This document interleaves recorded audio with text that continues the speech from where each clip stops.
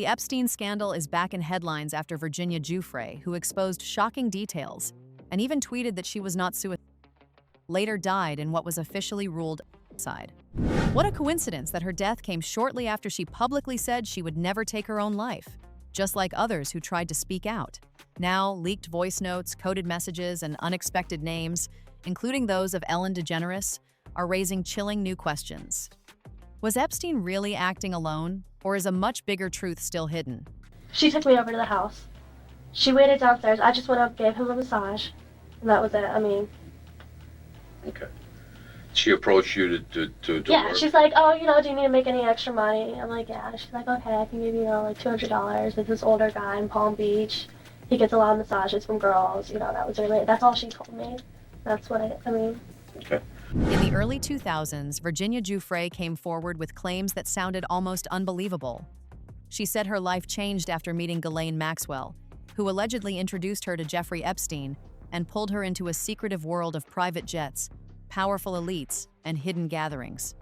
According to Virginia, while she was still a teenager, she was taken to Epstein's private island and forced into situations involving Epstein, Maxwell, and influential men, including figures connected to the British royal family. And what shocked the most was her claim that this wasn't just one powerful man, but a carefully protected circle operating behind closed doors. That's when I was instructed to get undressed and have with Jeffrey Epstein while Ghislaine Maxwell was participating as well. So you were abused by both of them in your very first encounter? Yeah, both of them. I was abused by Ghislaine and Epstein, and it broke my heart.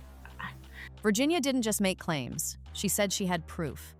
According to her, there were photographs showing her with some of the very powerful men she named. One of them is Prince Andrew, images that later exploded across global media and shocked the public. But what made her story even more chilling was her insistence that Epstein was never working alone.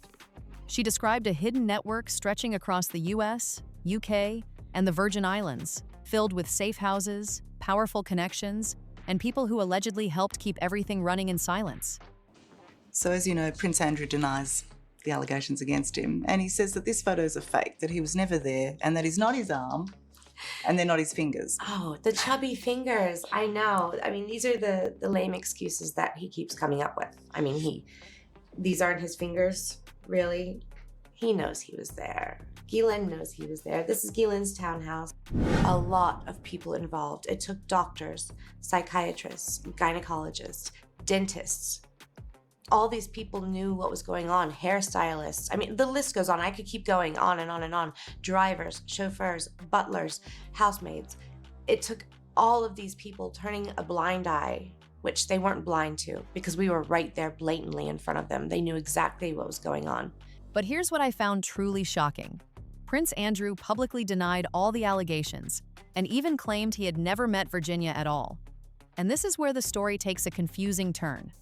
Because Virginia had already presented a photograph, it makes me wonder how someone can deny a meeting when a picture seems to tell a completely different story. And honestly, that contradiction is what keeps this controversy alive even today.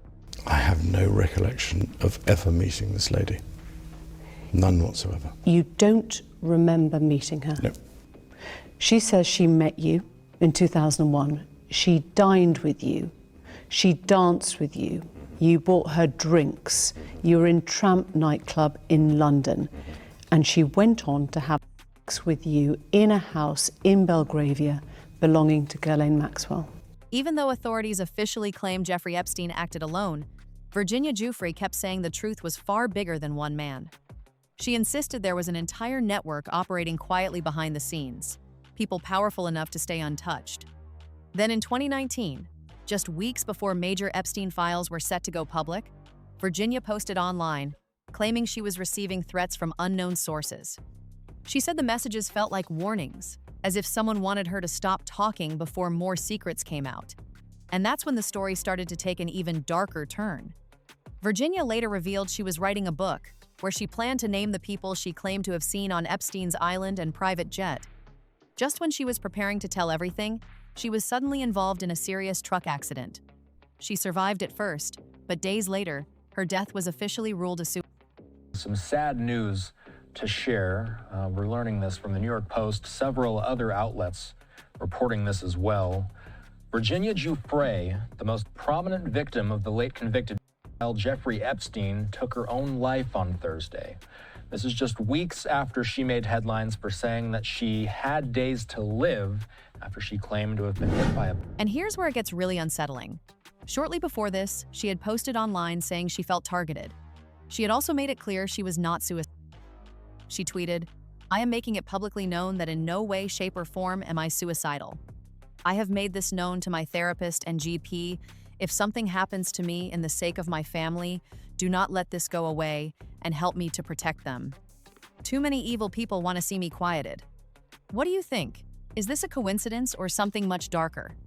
And just when we thought the story couldn't get more intense, Virginia Giuffre's sister-in-law, Amanda Roberts, shared something deeply unsettling online, a handwritten journal entry she claimed was written by Virginia herself. In this note, Virginia says, "Mothers, fathers, sisters, and brothers need to show the battle lines are drawn and stand together to fight for the future of victims." Is protesting the answer? I don't know.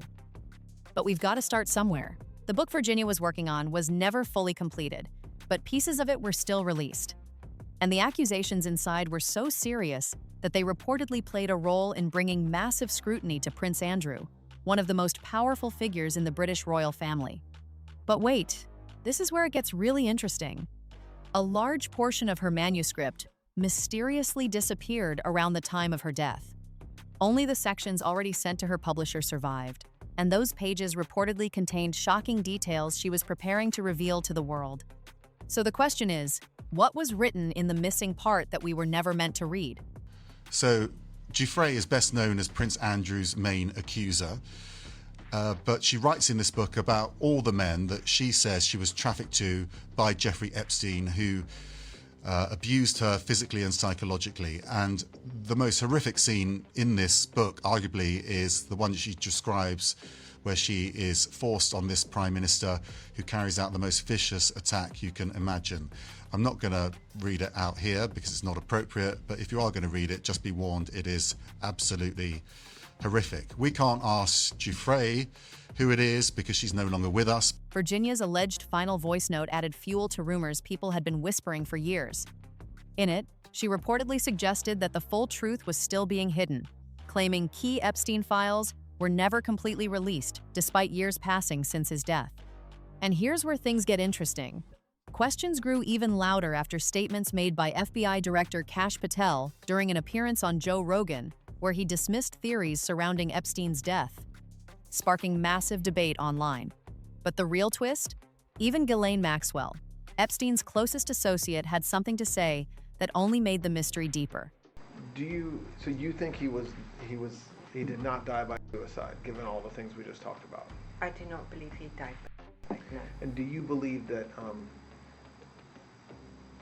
do you have any speculation or view of who killed him? No, I don't. In 2024, that voice note finally surfaced. And not long after, the FBI and Department of Justice announced that the Epstein files would be released in 2025. The news sent shockwaves through Hollywood and the entertainment industry. Leaked emails and recordings allegedly suggested Epstein used his entertainment connections and even modeling agencies, where he was listed as a scout, to approach young women. Sounds disturbing already, but here's the part that made people raise eyebrows. Right after this announcement, one major celebrity quietly left the United States, Ellen DeGeneres. Coincidence or perfect timing? That's the question people still can't stop asking. The best one for me is Ellen DeGeneres, who is, by the way, a very nasty person. I've had dealings with her in Australia. Could I tell you some stories about that cow? But anyway, good riddance to her. But, she was quite friendly with that P. Diddy bloke, wasn't she? Well, this is why I say release the Diddy files. Yeah, files. Come on, Donald Trump, we want to know whose name. Shortly after Ellen reportedly left the country, another shocking event followed. Her longtime executive producer, Twitch, the man she called her right hand, died in what was ruled a suicide. Soon, online claims began circulating that he had shared disturbing details with his wife about powerful people and things he allegedly witnessed behind the scenes. Rumors even suggested he felt pressured into silence and believed some close to him weren't who they seemed. Then came whispers of an unreleased voice note allegedly recorded for Ellen, mentioned in forums and leaked messages, but never officially made public. And honestly, sometimes the things we don't hear raise the biggest questions. When Stephen Twitch Boss left his home on Monday morning, there was clearly a lot he was going through that his wife didn't know, that people around him didn't know about. As far as we know, nobody knew that he was struggling this way. Right, but he left a few clues, at least, about what he was going through in a note that was found in the motel where he killed himself. This side note made references to challenges from his past. Some viewers even started revisiting old talk show moments, pointing to an episode featuring Sandra Bullock that suddenly felt different in hindsight. In the clip, Ellen and Sandra joked about unusual beauty treatments and laughed about how certain procedures kept them looking young, a conversation that many people online later began to question. Okay, let's talk about this facial that you're obsessed with. How many, did you get the whole cast of Ocean's 8 to do this? Not everybody. Okay, good, smart ones. Just those that I thought would appreciate it. Okay, explain what it is. Well, it's this way in which one forces through microneedling. It's like a little roller with these, some of you, I think many of you know it, and it pushes through the skin and ruptures the collagen and then boosts it. You look like a burn victim for a day, but then it pushes the What are you pushing into the skin, Sandra? Sarah? Carrie? What are you pushing into the skin? Well, you push in whatever the facialist would like to insert into your pores. But what is it? It is an extraction from a piece of skin that came from a young person far, far away, and they somehow figured out how to extract. It's foreskin from a Korean baby. And here's where things get even more interesting. Some people claimed Ellen's show set looked strangely similar to a temple structure reportedly seen on Epstein's island. At first, people ignored it, but once comparisons started circulating online, the internet couldn't stop talking. That fucking place. Well, you know where that is too, right? On the set of a famous talk show. Oh, Ellen? Yeah. Really? Just look at the temple and then look at the... What? Yeah. It's strange to use the same. Ask Alex about that. Well. After the Epstein files began coming out, more alleged victims slowly started breaking their silence, and what they shared was deeply unsettling.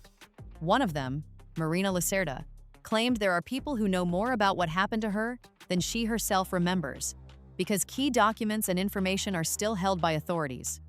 She said the files that could help her understand and heal are locked away somewhere she cannot access. Think about that for a second. The truth may exist, but the people most affected are still searching for it. And honestly, that's what makes this story even more disturbing. When he has somebody new in his life, he likes to see them a lot.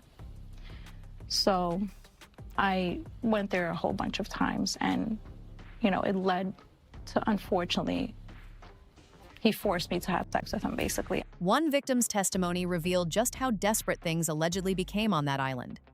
She claimed she was so terrified that one night, after repeated abuse, she made a shocking decision to try escaping by swimming away into the island. In her statement, she said she had already attempted to escape twice before, but that night she was prepared to risk her life rather than stay any longer. Imagine the fear someone must feel to choose the unknown sea over remaining on land. And honestly, stories like this are why people believe the full truth of what happened there is still far from fully revealed. Jeffrey and all the co-conspirators did to me. I was repeatedly. I was 3 times a day sometimes. And I was not the only girl on that island. There was a constant stream of girls being raped over and over and over again. And yes, Ghislaine must die in prison because I've been in hell and back for the last 17 years. It wasn't just Ellen's jokes that people started re-examining the newly released Department of Justice Epstein files, which brought another strange detail into focus. I have noticed certain food-related words appearing again and again in emails and documents like pizza, ice cream, and even grape soda, often in places where they didn't seem to make any sense. And that's where speculation exploded online. Many began questioning whether these repeated terms were harmless or coded language hiding something much darker. Coincidence or conversations happening in plain sight that only now people are starting to question whether these repeated terms were actually harmless or if they were coded language hiding something much darker. And honestly, when I look at it, it really makes me wonder, were these just normal conversations or were things happening in plain sight that we're only now beginning to question? There definitely seem to be code words. So the pizza and grape soda thing, here's one example of that. So yeah, this is better than a Chinese cookie. See attached. Let's go for pizza and grape soda again. No one else can understand. Go no, or go. I don't know what I was supposed to say, but there actually is a picture later on from one of his friends of actual pizza and grape soda. But what this does is that if you went to law enforcement and said, I know there's something to this, then they went through and started going through. They'd say, well, he took a picture of pizza and grape soda. And honestly, the more you dig into this story, the more questions appear instead of answers. Files still missing, voices silenced, and details the world hasn't fully seen yet. It really makes you wonder how much of the truth is still hidden. What do you think? Coincidence after coincidence? Or something bigger waiting to be uncovered? Tell me your thoughts in the comments below. Don't forget to hit the like button and subscribe to the channel. See you in the next video.